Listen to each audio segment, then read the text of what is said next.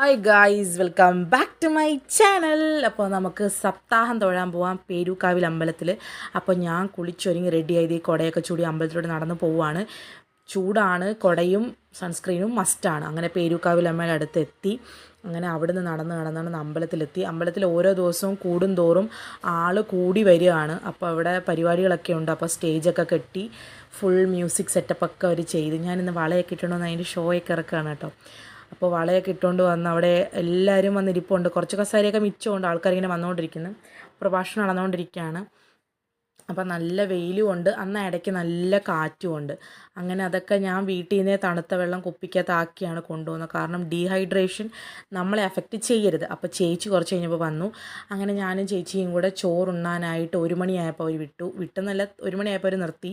അങ്ങനെ ചോറുണ്ണാൻ വേണ്ടിയിട്ട് ക്യൂ നിന്നു. അപ്പം അന്നദാനത്തിന് വേണ്ടി ക്യൂ നിന്നപ്പോൾ അങ്ങ് ദൂരോട്ട് തന്നെ ക്യൂ ഉണ്ടായിരുന്നു കേട്ടോ. അപ്പോൾ സ്കൂൾ വിട്ട പിള്ളേരും ചേട്ടന്മാരും ഒക്കെ വന്നിട്ടുണ്ടായിരുന്നു ചോറുണ്ണാനായിട്ട്. അങ്ങനെ ക്യൂ നിന്ന് ഞാനും ചേച്ചിയും കൂടി ഇങ്ങനെ മുന്നിൽ കയറുവാണ്. അപ്പോൾ കുറച്ച് കഴിഞ്ഞപ്പോൾ തന്നെ ചേട്ടനും കൂടെ വന്ന് ജോയിൻ ചെയ്ത് ഞങ്ങളുടെ ഫ്രണ്ടിൽ കയറി.